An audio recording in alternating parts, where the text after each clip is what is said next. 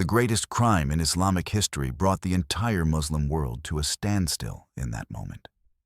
It occurred in the holiest place on earth, in the heart of Mecca, inside the sacred sanctuary, directly before the Kaaba itself. Picture this scene with me for just one moment to understand the magnitude of what happened on that dark day. The pilgrimage season had arrived, and millions of Muslims from every corner of the world were peacefully circling the house of God in complete safety and tranquility. Suddenly, an armed gang stormed into the sanctuary. They slaughtered pilgrims as they performed their rituals. They plundered wealth. They desecrated the holy site. Then they committed an act no one had dared attempt in all of Islamic history. They ripped the black stone from its place, took it with them, and vanished into the desert. 3,000 dead in a single day. The black stone stolen for 22 full years. The entire Islamic world rendered powerless, unable to do anything to recover the stone. Who carried out this atrocity? A group called the Qarmatians. But who were the Qarmatians? How did they begin? Why did they do what they did?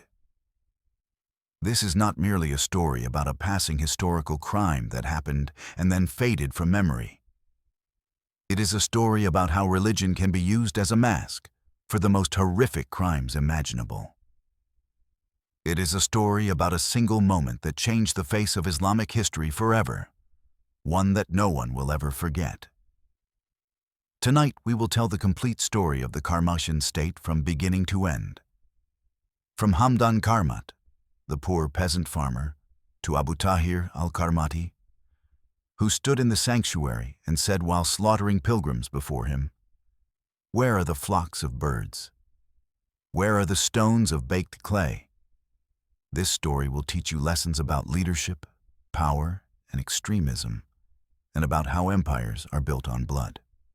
Before we begin, if you enjoy what we present here, subscribing to the channel and pressing the like button are two wonderful ways to support us. If you want to receive notifications about new videos, enable the notification bell when you subscribe. Thank you. Your support truly means a great deal to us and keeps us producing this content for you. Now rest your eyes, turn off your notifications, and let us return together to the year 260 after the Hijrah, where the story began. If you are listening in the morning, go prepare your cup of coffee. Come on, do not delay. Chapter 1. Birth of the Monster. The location: southern Iraq, between Kufa and Basra, in the Sawad region of Iraq. The time: the late 3rd century after the Hijrah, mid-9th century of the Common Era. The political situation: the Abbasid Caliphate at its weakest state. Poverty widespread, injustice everywhere. In this darkness appeared a man named Hamdan ibn al-Ash'ath, a man of short stature with short legs who walked with small, close steps. He was nicknamed Qarmat, and from this simple, mocking nickname would be born one of the most dangerous movements in Islamic history. In a small village near Kufa, Hamdan worked as a simple farmer in the fields. Some say he came from Khuzestan in Ahwaz, of Persian origins, an ordinary poor man who toiled from dawn until sunset. But something entirely different burned in his heart. Deep anger, buried resentment, a harsh sense of injustice and humiliation. He looked around and saw the wealthy growing wealthier while the poor grew poorer day after day. He saw the Abbasid caliphs in Baghdad living in golden palaces while people died of starvation. He saw himself, short of stature, despised by people who mocked him and called him Qarmat. All this rage was gathering inside him like a volcano about to erupt. Then came that day in the year 265 after the Hijrah, the day he met the man who would transform his anger into a weapon. There was a preacher, an Ismaili, named Hussein al-Ahwazi, an intelligent, organized man who knew how to speak to people. He traveled between villages in southern Iraq, secretly calling people to a new, strange doctrine, a doctrine that promised justice, equality, and a awaited imam who would come soon and set the entire world right. Hussein met Hamdan and saw something distinctive in him. He saw the anger in his eyes, the intelligence, the ability to influence people. So he began teaching him, training him, introducing him to the secrets of the Ismaili call, degree by degree. Hamdan finally found what he had been searching for. He found a purpose, a cause, a way to transform his anger into power. He began climbing through the ranks of the movement at astonishing speed. From simple farmer to preacher to leader, with followers and influence. When Hussein al-Ahwazi died, Hamdan Qarmat became the one in charge. In the year 278, after the Hijra, Hamdan decided to announce his call openly. He built a house he named the House of Migration near Kufa and began publicly calling people. But what exactly was he calling them to? Outwardly, he called for devotion to the family of the Prophet, to an imam from the lineage of Muhammad ibn Ismail ibn Jafar al-Sadiq. He displayed extreme asceticism and piety. He prayed 50 prayers day and night. He spoke about justice and equality among people and about lifting oppression from the oppressed. This message appealed greatly to the poor and downtrodden, drawing them to him. But behind this innocent appearance lay something entirely different. Hamdan taught his followers gradually, with extreme caution, stage by stage.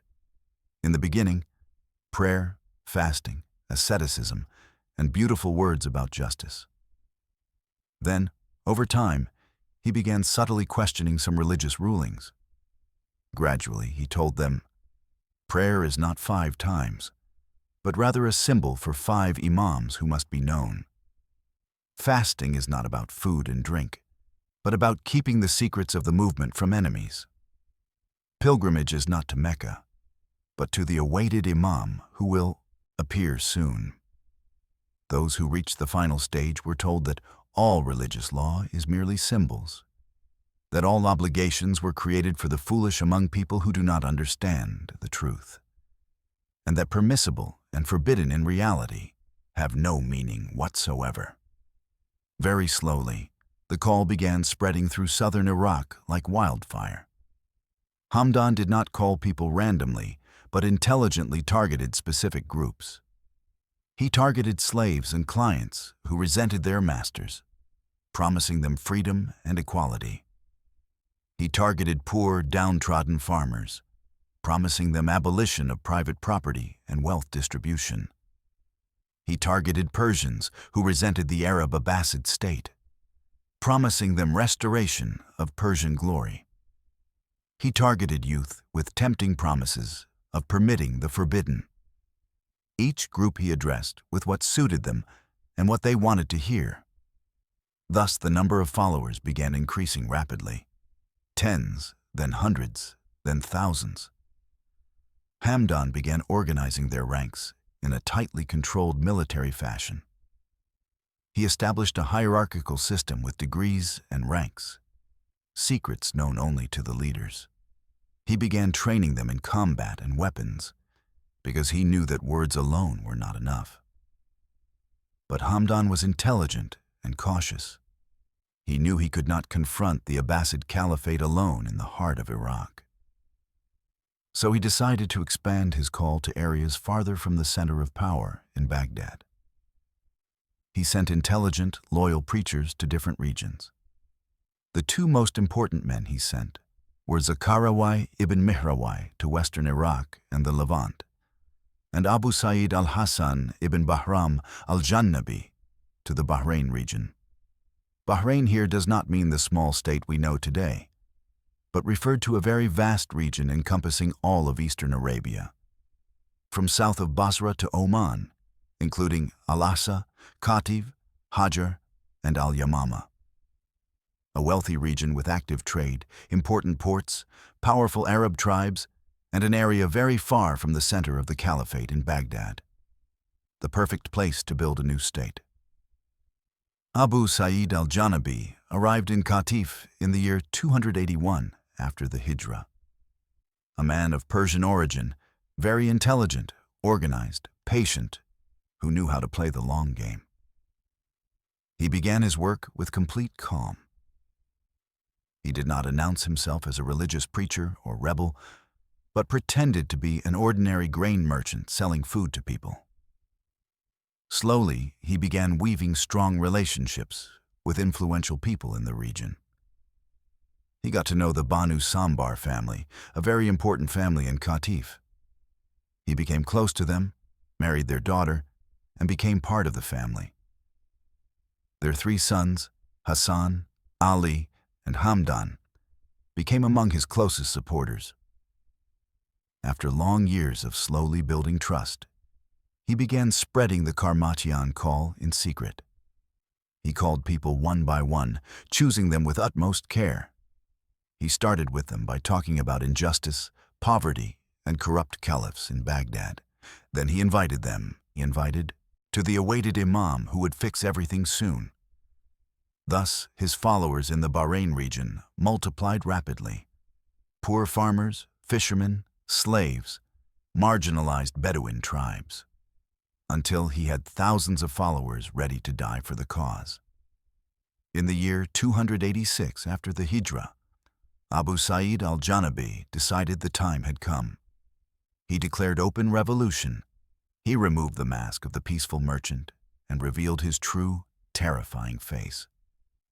He began attacking neighboring villages in the Al-Aqsa region, one after another.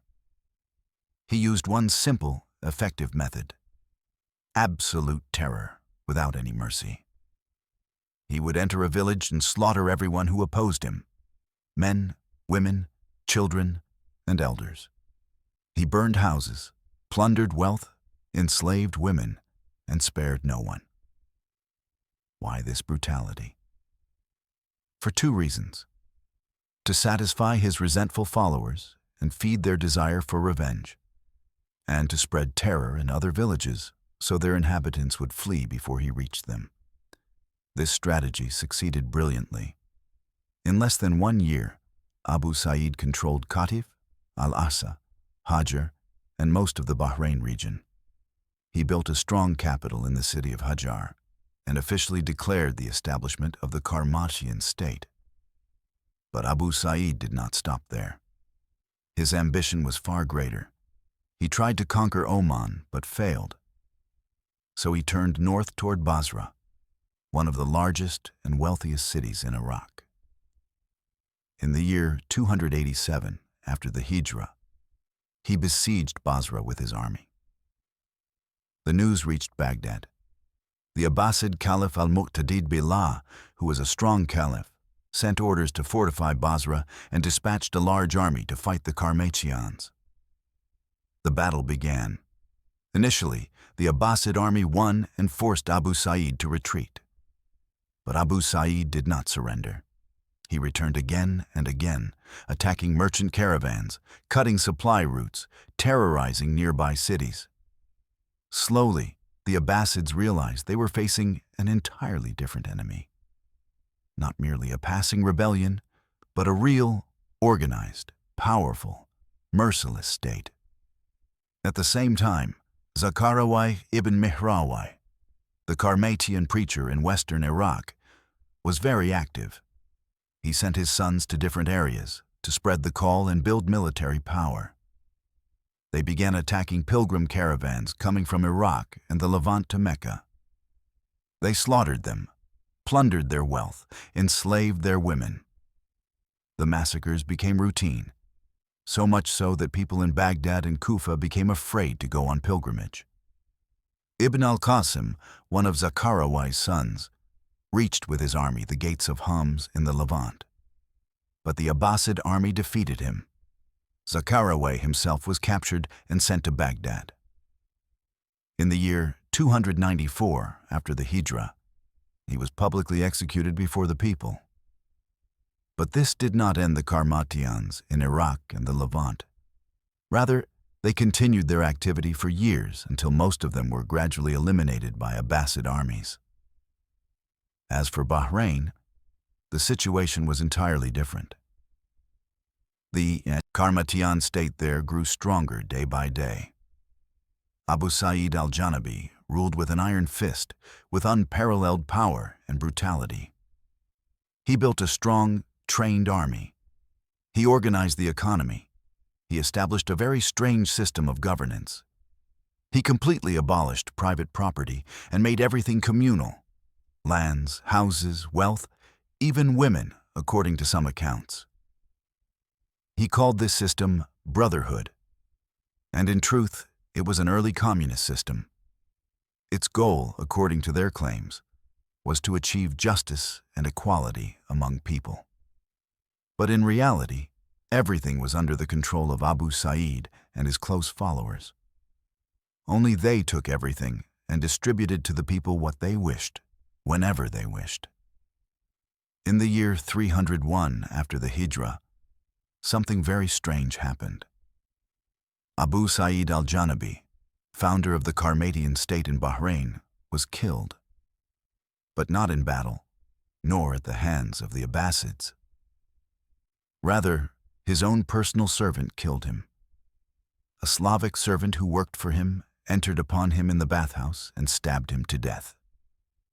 Then he began summoning Qarmatian leaders one by one, saying, "The master summons you." When a leader entered, he killed him. He killed 4 of them this way. But the 5th noticed the trap, grabbed the servant's hand, and shouted. People entered and killed the servant. Why did the servant do this? No one knows the reason. But most likely one of the Qarmatian's enemies paid him to do so. After Abu Sa'id's death, his eldest son Sa'id was supposed to rule. But Sa'id was very weak and could not control matters. So his younger brother, Abu Tahir Sulaiman ibn al-Hassan al-Janabi, seized power. The man who would write the worst page in all of Islamic history in letters of blood. A young man barely 17 years old, brave, cruel, merciless. He assumed power in the year 311 after the Hijrah. From the first day, he began a new phase of expansion and terror. In the same year he assumed power, Abu Tahir attacked Basra and completely plundered it. He slaughtered its people, burned its houses, took everything in it. Then in the year 315 after the Hijrah, he attacked Kufa and plundered it, defeating the Abbasid army in a crushing defeat. In the year 316 after the Hijrah, he reached with his army the gates of Baghdad itself, the capital of the Caliphate, and besieged it. Caliph al-Muqtadir Billah and all the people of Baghdad were in great terror. But Abu Tahir could not storm the fortified city, so he decided to withdraw. He plundered all of Iraq on his way back, killed thousands, and destroyed hundreds of villages. The Abbasids were completely powerless to do anything. Their armies were defeated, their cities plundered, and the Qarmatians did as they pleased without any fear. So they decided to do the only thing left to them: make peace with the Qarmatians and pay tribute.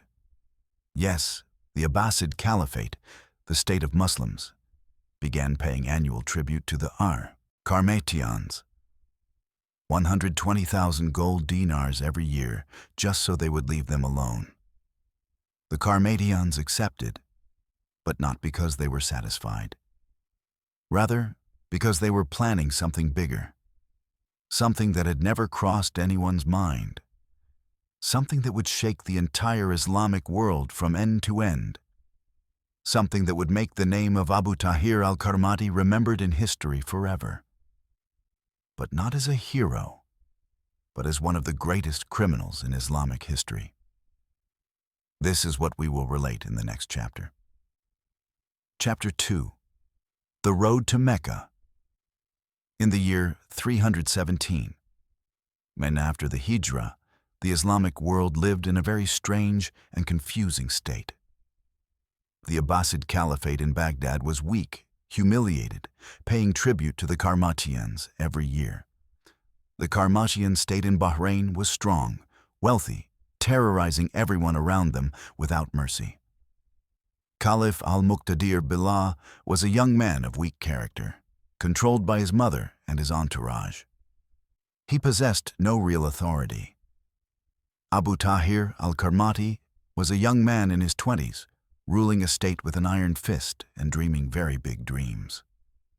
Dreams bigger than merely controlling Bahrain and Iraq. He believed deeply and firmly in one simple yet dangerous idea. The idea his father taught him, which he inherited from Hamdan Qarmat before him. The idea that Islam as people know it is entirely wrong, entirely illusion, entirely old superstitions. That the Kaaba is merely stones with no value. Pilgrimage merely an old pre-Islamic custom without meaning. All the rituals and ceremonies Muslims perform have no real meaning whatsoever. He believed that he and the Qarmatians had come to liberate people from these illusions and superstitions controlling them. He wanted to prove this to the entire world in a way no one could ever forget. To do something no one had dared do before in Islamic history. Something that would show them these places they sanctify are not sacred at all. But before we reach that decisive moment that changed everything, let us understand how Abu Tahir thought. The man was not merely a highway robber or killer who murdered people for personal pleasure. Rather, he truly believed in what he was doing with genuine, deep, unshakable faith, no matter what happened. He saw himself as a liberator, a revolutionary, a reformer, a savior of people from darkness and ignorance. He saw people going on pilgrimage every year, spending their money, leaving their families, dying on the road from hunger and disease. Why? To circle a building of stones and kiss a black stone. He asked himself, what is the difference between this and idol worship that the Prophet Muhammad fought against? He saw the Abbasid caliphs using religion to justify their injustice and corruption. He saw scholars issuing fatwas in favor of the wealthy and rulers in exchange for money and status. He saw simple people deceived in the name of religion and exploited. He decided the only solution was to destroy this entire system from its roots. To start from the holiest place for Muslims, from Mecca, from the Kaaba itself. But Abu Tahir was not foolish. He knew attacking Mecca was not easy. Not because of the strength of its army, for Mecca was a militarily weak city. Rather, because of the symbolic meaning of this act. Mecca, the direction of prayer for Muslims, the place of revelation, the city of the Prophet Muhammad. Attacking it meant declaring war on every Muslim in the world. It meant every Muslim ruler would be forced to move against you, because if he remained silent, he would lose his legitimacy. But Abu Tahir was confident in himself. He believed his state was strong enough and what he would do would change history forever. At the beginning of the year 317 after the Hijrah, Abu Tahir began preparing his army in complete secrecy. He did not tell most of his soldiers the real objective. He only told them they were going on a great raid. He gathered his best warriors, the most loyal to him, the most cruel, men who knew no mercy. In the month of Dhu al-Qirda, days before the pilgrimage season, he left Hajar with his army. The timing was calculated with utmost care. Why Dhu al-Qirda? Because this month marks the beginning of the sacred months in which God prohibited fighting. The months when people feel completely safe. Because pilgrim caravans begin flowing to Mecca at this time by the thousands. The city becomes full of people, wealth, trade. Most importantly, people expect no danger whatsoever. Who would dare attack Mecca during pilgrimage season in the sacred months? Abu Tahir would dare. The road from Hajar to Mecca took many days across the harsh desert. The Qarmatian army moved quickly, about 1,000 mounted warriors heavily armed. They passed small villages on the way, quickly plundered them, and continued their march. They did not stop long. Their goal was clear: reach Mecca before anyone knew of their coming. Indeed, the news reached Mecca very late, catastrophically late. On the 8th of Dhu al-Hijjah, the day of Tarwiyah, one day before the day of Arafah. The city was completely full with tens of thousands of pilgrims from everywhere. Iraq, the Levant, Yemen, Egypt, Persia. They were preparing to perform pilgrimage rituals in peace and tranquility. It never crossed anyone's mind that an army was coming to slaughter them.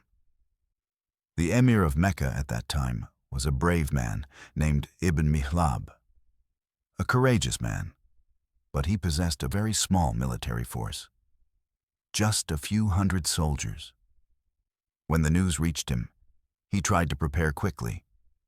He ordered the city gates closed and sent an urgent message to Baghdad requesting help.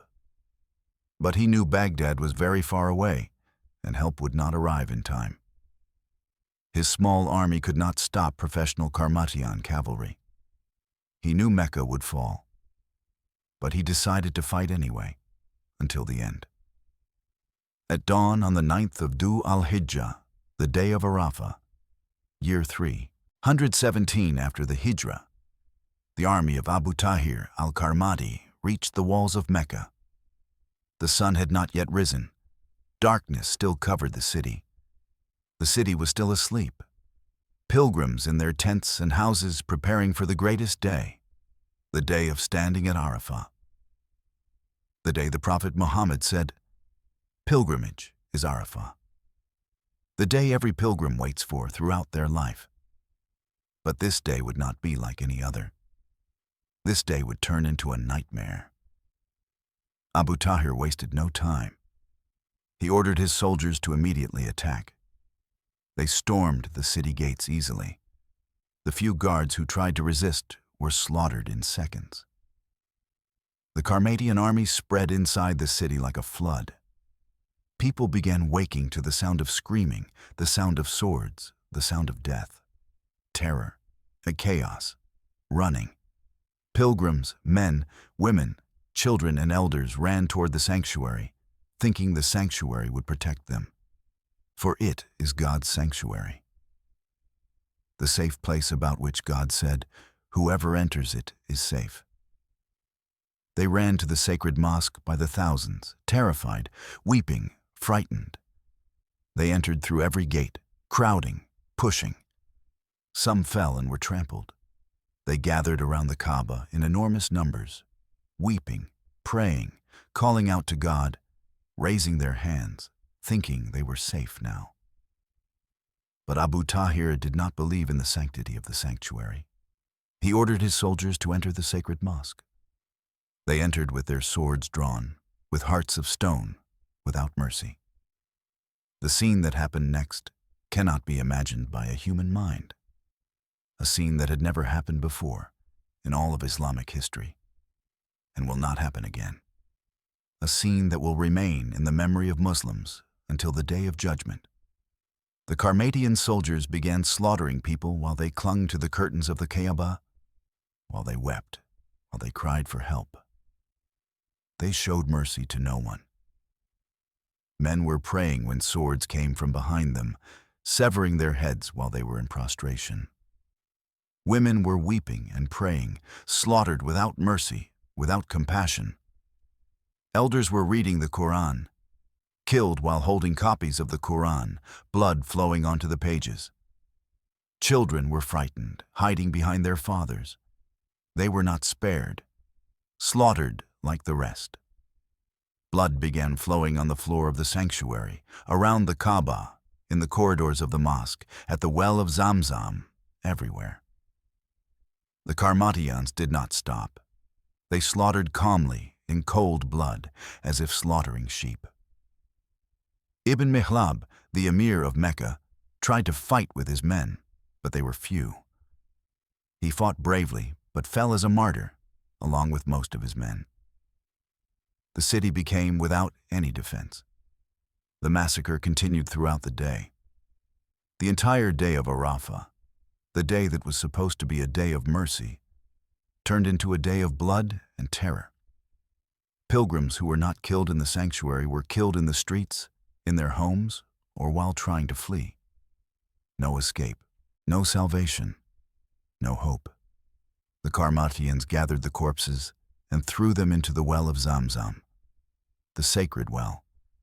They threw thousands of corpses into it until it was completely full, until the well was no longer fit for drinking. Abu Tahir al-Qarmati stood watching all this. He showed no emotion, no fear, no regret, not even joy.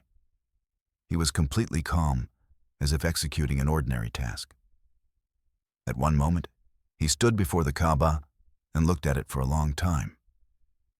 Then he said, in a loud voice, while people were being slaughtered around him, he said with mockery and contempt, "Where are the flocks of birds? Where are the stones of baked clay?"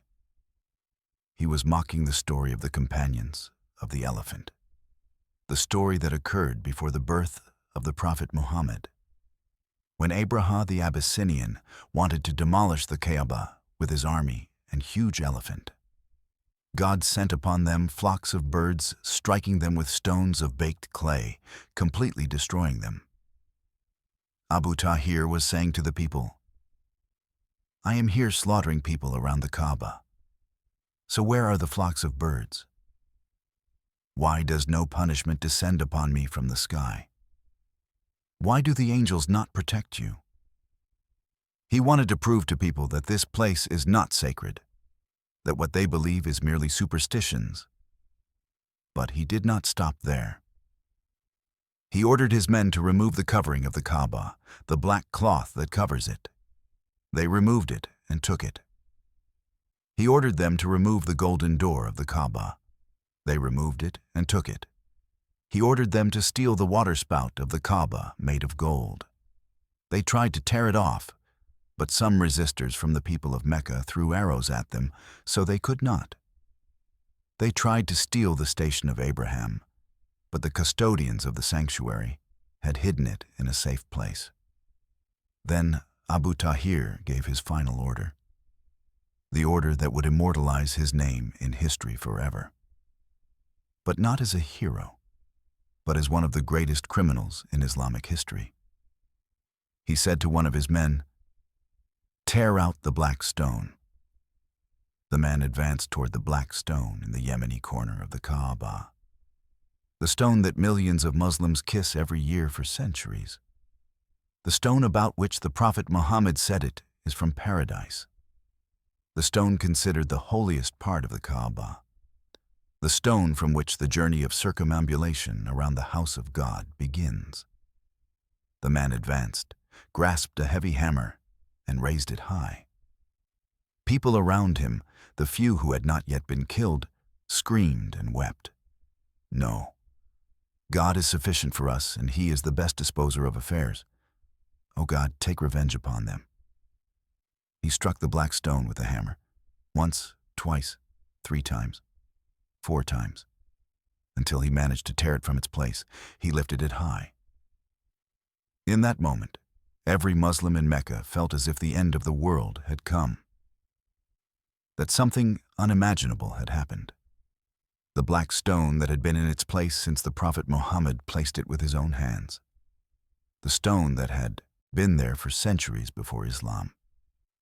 The stone from which circumambulation around the Kaaba begins, since the time of Abraham. Torn from its place, the Qarmatians took it with them. The massacre did not stop until sunset on that day, the 9th of Dhu al-Hijjah, the day of Arafah.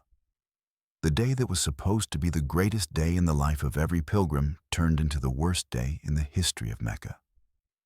How many dead? Historians differ on the number. Some say 10,000. Some say 20,000. Some say 30,000. No one knows the exact number because the corpses were so numerous they could not be counted. Many were thrown into the well of Zamzam. Many were burned or left in the streets. But one thing is certain.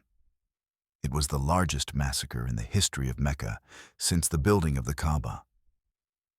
After sunset, Abu Tahir ordered his soldiers to gather all the spoils: gold, silver, money, clothing, the covering of the Kaaba, the door of the Kaaba, and of course, the black stone. The next day, the day of sacrifice, the day of Eid al-Adha, he left Mecca with his army. He left the city behind, destroyed, slaughtered, devastated.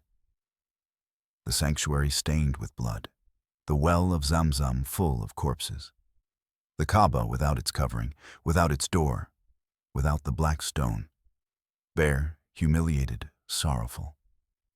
People who survived the massacre were in complete shock, unable to believe what had happened. They walked among the corpses like ghosts, searching for their relatives and loved ones among the dead, weeping silently, with heartbreak, with unbearable pain. Some lost their minds from the horror of what they saw. Some died days later from grief and shock. Some lived the rest of their lives unable to sleep from nightmares. The news began spreading in the Islamic world slowly at first, because transportation was difficult. Many of the pilgrims who were supposed to return never returned. Entire families were lost and no trace of them was ever found. But gradually, the news reached everywhere: to Baghdad, to Damascus, to Cairo, to Cordoba, to Samarkand, to every city and village in the Islamic world. Everywhere the news reached, the reaction was the same: shock, astonishment, disbelief, then anger, grief, weeping. In Baghdad, Caliph al-Muqtadir Billah, when he heard the news, completely collapsed. He wept bitterly and declared mourning throughout the caliphate. He ordered markets closed and ordered people to pray. But he did nothing else. He did not send an army. He did not try revenge. He did not try to recover the stone. Nothing. Only weeping and prayer. Because he knew he was completely powerless. His army was too weak to face the Qarmatians. The Qarmatians had now become stronger than they were, wealthier, more terrifying, more daring. Abu Tahir al-Qarmati returned to his capital Hajar victorious, with the black stone. He entered the city as a conqueror amidst the cheers of his followers and soldiers.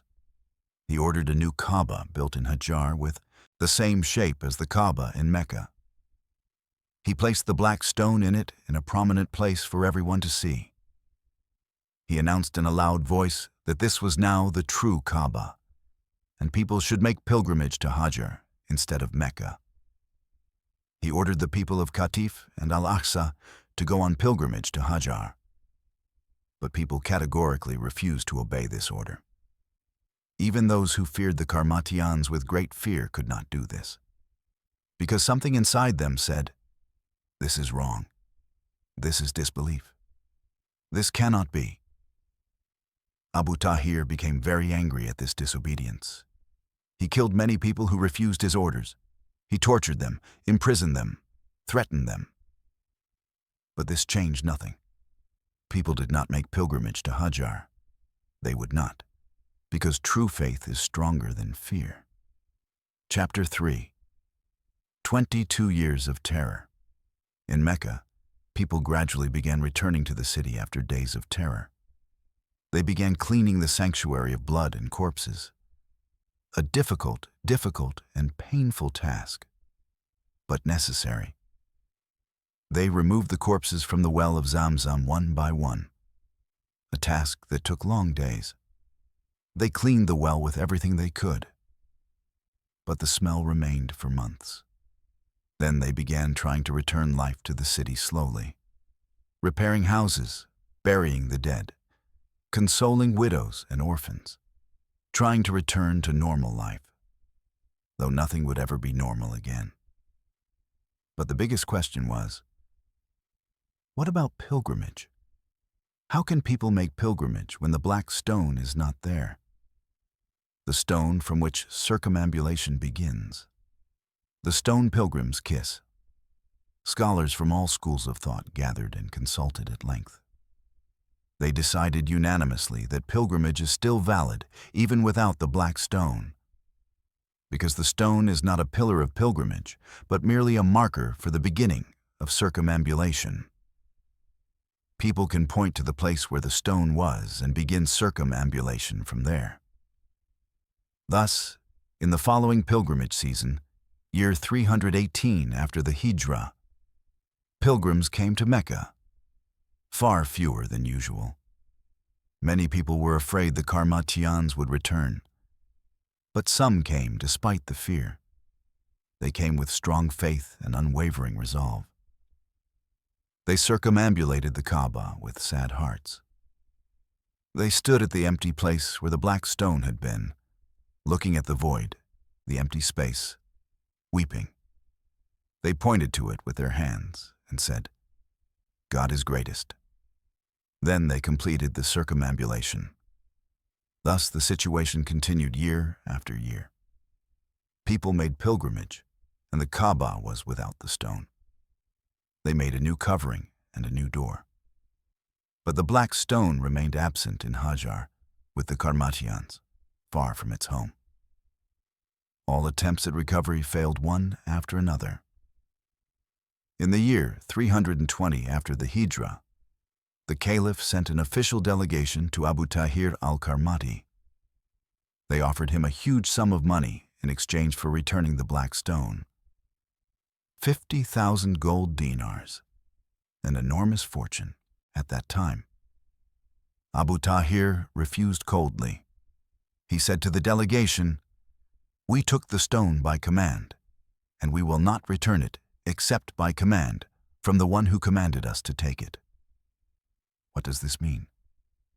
He claimed there was an awaited imam who commanded him to take the stone, and he would not return it unless this imam commanded him to. Of course, this was all lies. There was no awaited imam.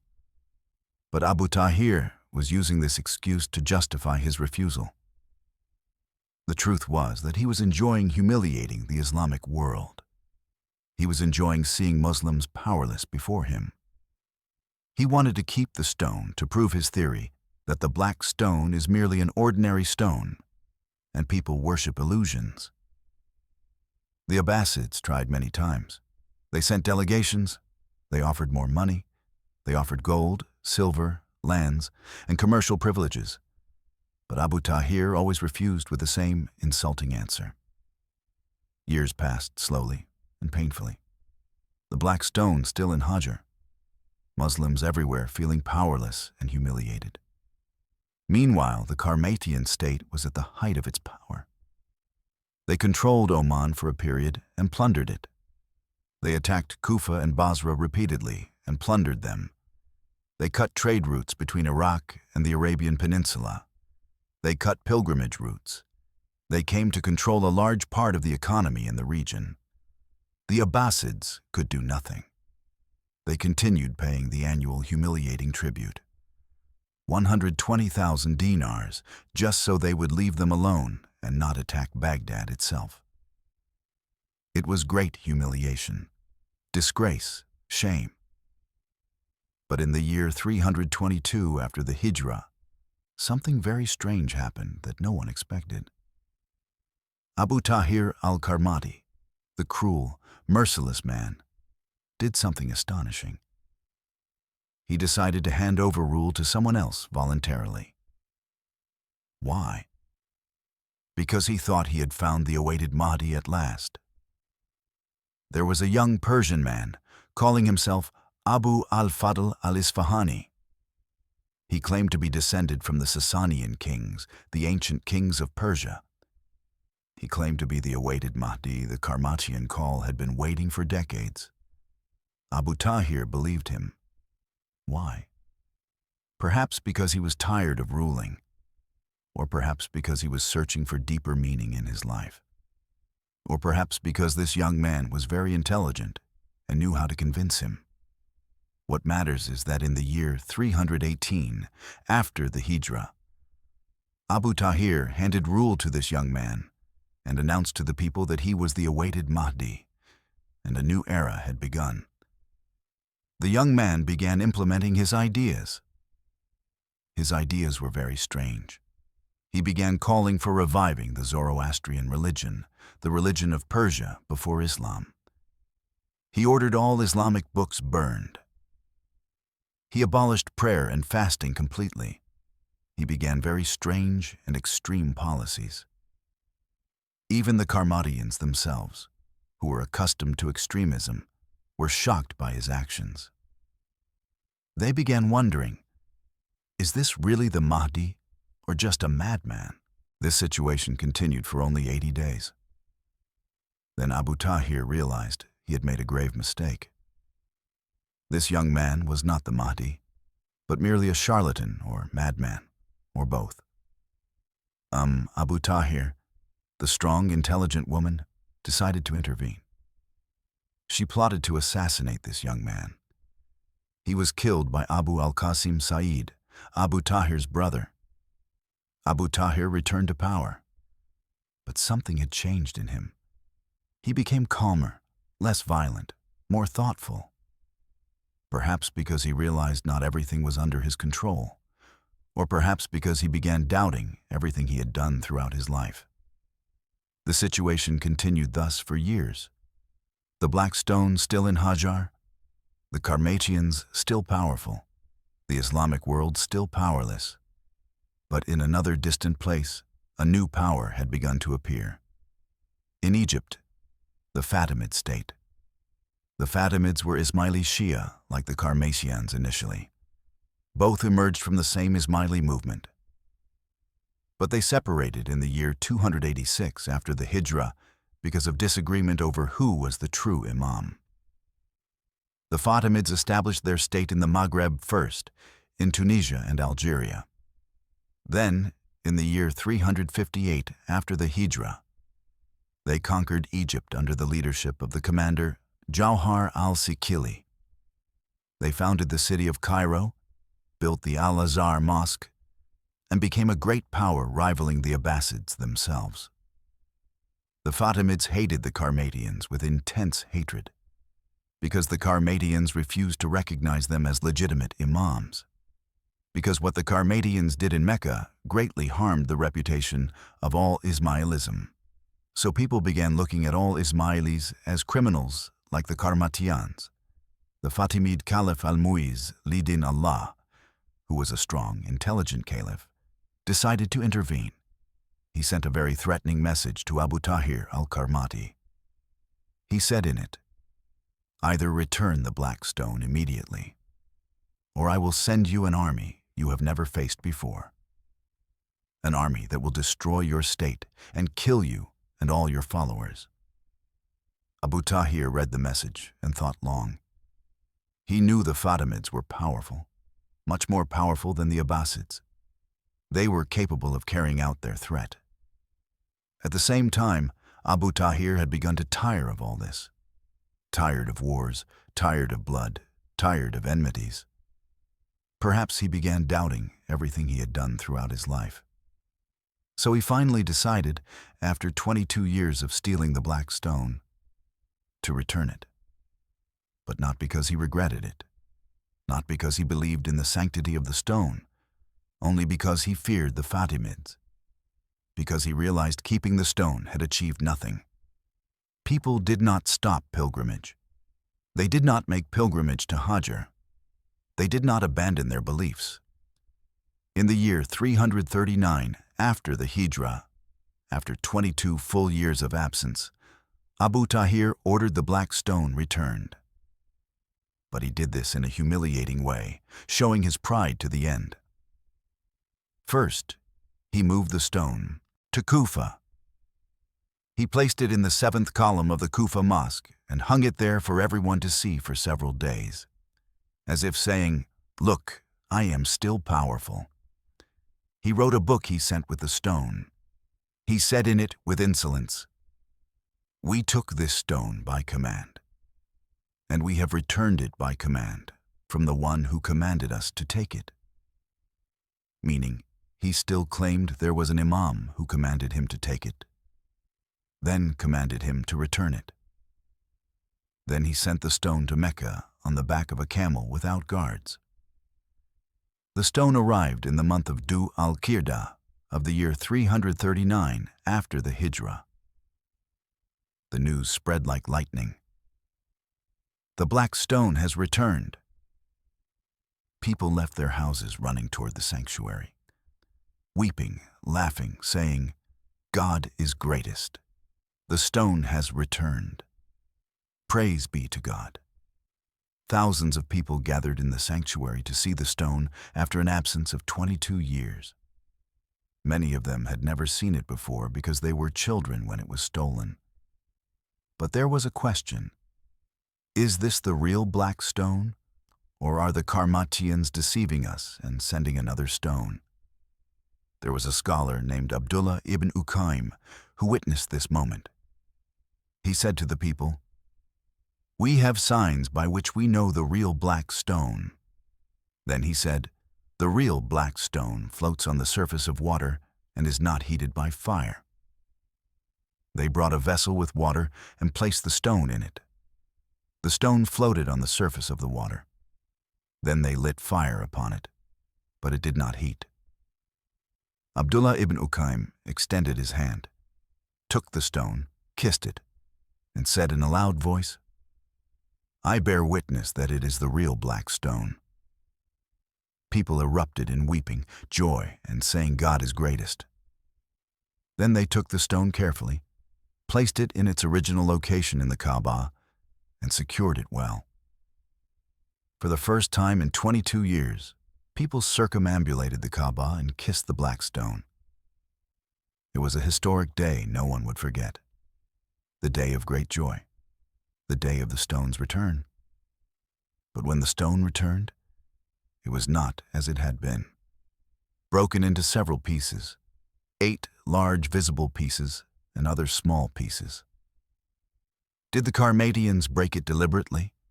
Did it break when they forcibly tore it out? Did it break during 22 years of moving? No one knows the certain answer, but scholars gathered the pieces, put them together, and bound them with a frame of pure silver. Thus the stone remained until our present day, multiple pieces bound together. Chapter 4. End of the Empire. Returning the black stone was not merely a symbolic event. It was a clear sign of the beginning of the end for the Qarmatian state. Because the Qarmatians lost at that moment something priceless. They lost the greatest symbol of their power. They lost the thing they had terrorized the entire Islamic world with for 22 years. People everywhere began recalculating, realizing the Qarmatians were not as powerful as they thought, realizing the Fatimids at Egypt had become much stronger than them. The Qarmatians had feared the Fatimid threat and returned the stone under duress, under pressure. This realization was like a harsh blow to the prestige of the Qarmatians, which was built on absolute terror. In the years following the return of the stone, internal problems began appearing one after another. Abu Tahir himself, who had been strong, fierce, undefeated, began losing control of matters. He began suffering from strange illness episodes. Some said they were sunstroke that struck him in one of his raids. Some said it was divine punishment for what he did in Mecca. What matters is that he began gradually losing his mind, suffering from madness sometimes, not knowing what he was doing. In the year 332 after the Hijrah, Abu Tahir al-Qarmati died. After a life full of blood and crimes, he died without achieving his greatest dream, overthrowing the Abbasid Caliphate and changing Islam from its roots. He died and left behind a state outwardly strong, but full of cracks and disputes internally. After his death, the Qarmatians divided among themselves in complex internal conflicts over power. His brothers and sons quarreled over rule, each one wanting to be the sole leader. Every time one of them assumed power, he faced rebellions from the others. These internal conflicts weakened the state greatly and quickly. At the same time, the external environment was changing rapidly against Qarmatian interests. The Fatimid state in Egypt was growing stronger day by day under the rule of powerful, intelligent caliphs. They built a strong, organized army, unlike the weak, fragmented Abbasid army. They began expanding eastward toward the Levant and northward toward Anatolia.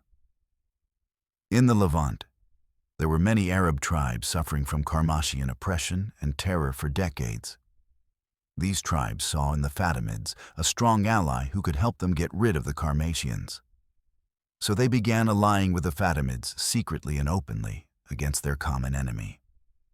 In the year 358 after the Hijra, a very serious development occurred that completely changed the balance of power.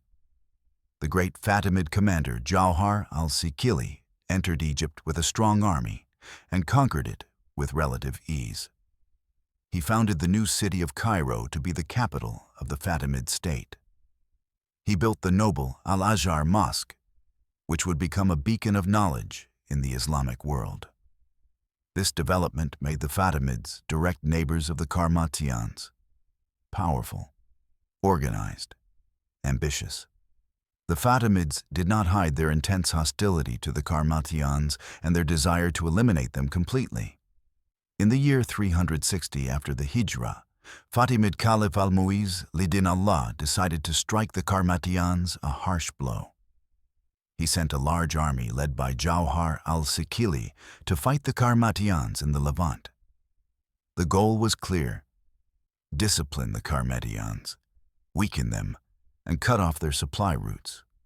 The Qarmatians gathered their army and went out to meet the Fatimids, confident of victory as usual.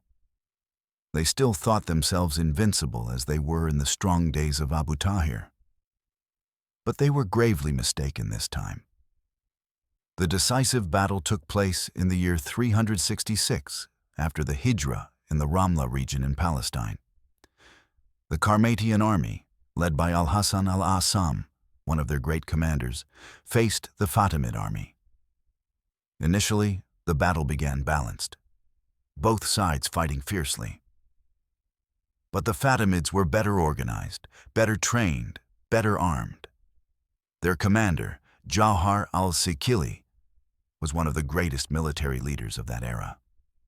He knew how to manage battle, how to exploit enemy weaknesses, how to turn defeat into victory. After long, fierce fighting, the Qarmatian army began gradually collapsing. Their ranks began disintegrating. Soldiers began fleeing from the battlefield. The battle ended with a crushing, complete defeat for the Qarmatians. They had never witnessed its like before. Thousands of Qarmatian soldiers were killed. The rest fled to Bahrain, shattered, humiliated. Al-Hasan al-Assam, their commander, was captured. He was sent to Cairo. There he was publicly executed before the people, in revenge for everything the Qarmatians had done. This great defeat was a fatal blow to Qarmatian prestige from which it never recovered. It became clear to everyone that the Qarmatians were no longer that terrifying, invincible power. They had become merely a small, weak state, besieged from all sides.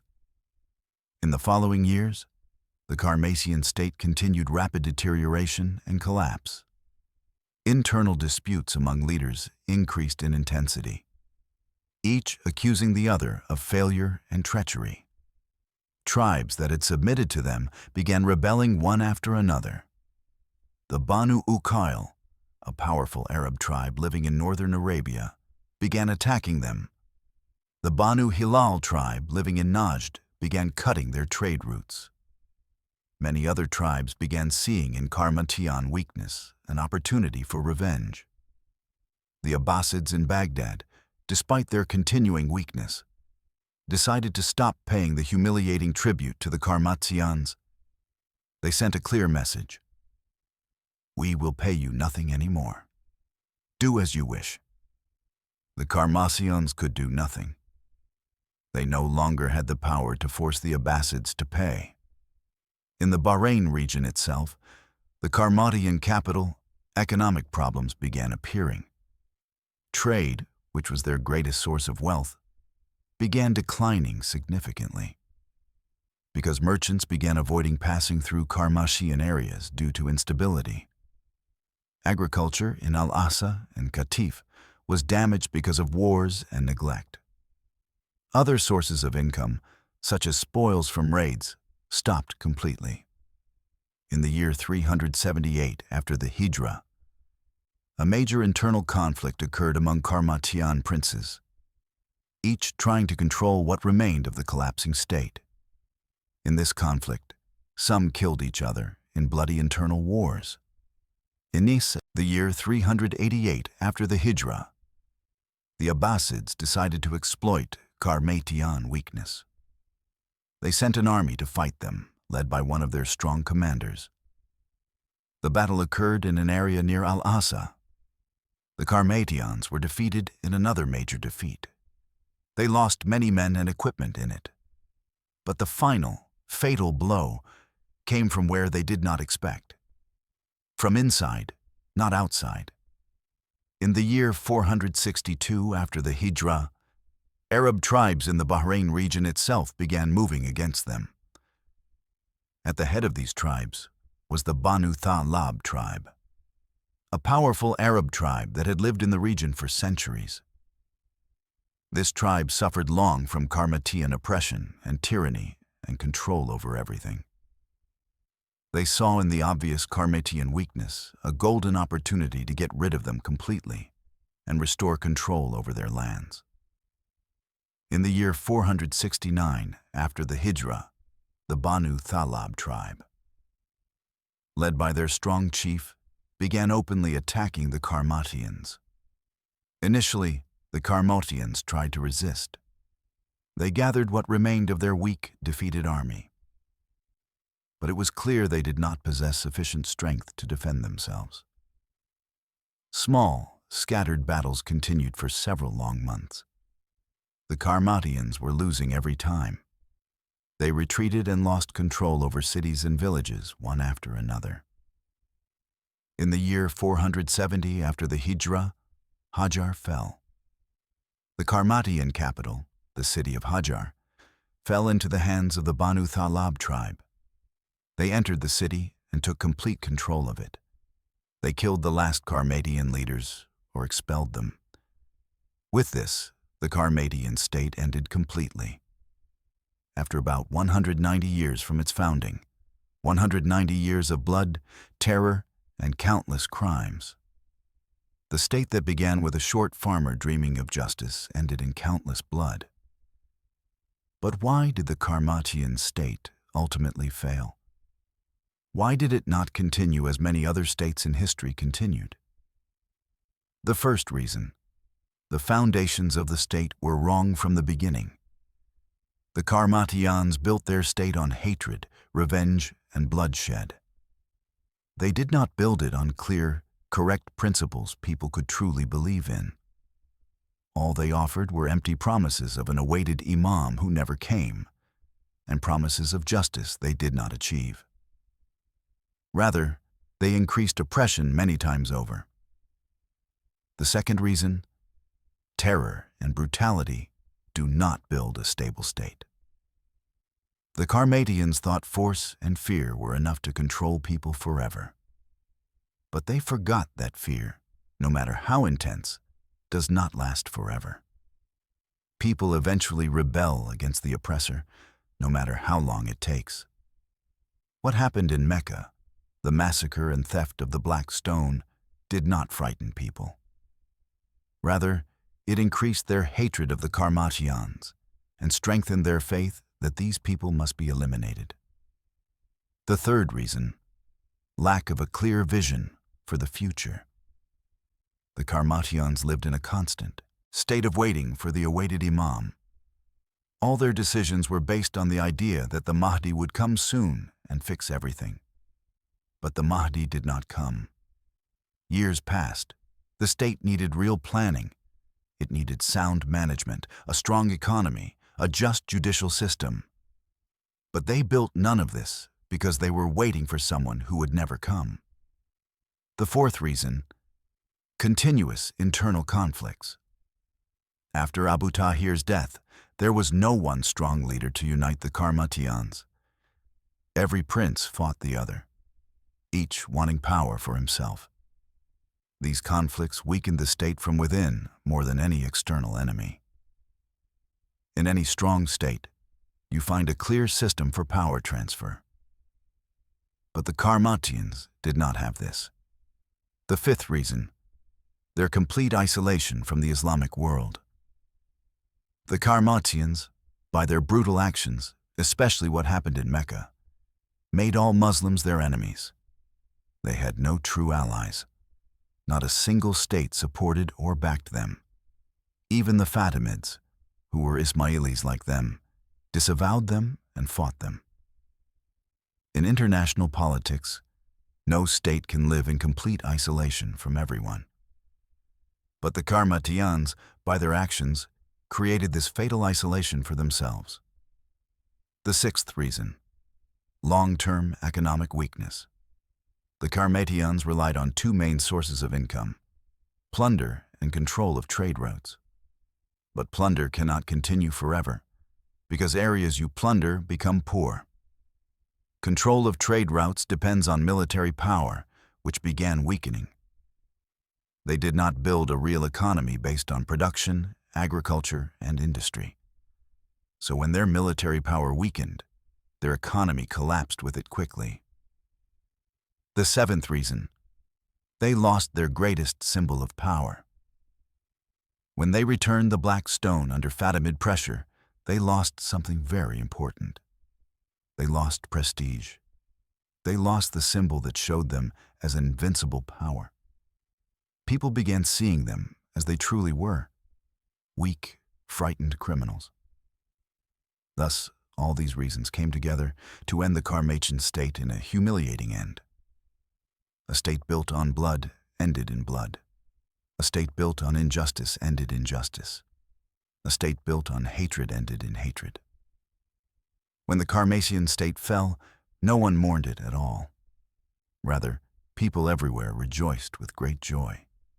In Baghdad, Damascus, Cairo, Mecca, and every Islamic city, they held celebrations, distributed charity, and thanked God for the end of this long nightmare.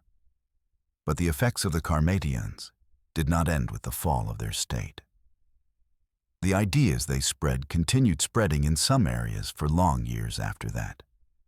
Some small groups remained here and there carrying the same extremist ideas. But they did not have the same strength or influence the Qarmatians had at the height of their power. Muslim historians who wrote about the Qarmatians after their fall were very harsh in their judgments. They described them with the worst descriptions. They called them atheists, heretics, highway, robbers, killers. They warned future generations of their ideas and of falling into the trap of extremism like them. But there is an important question we must ask.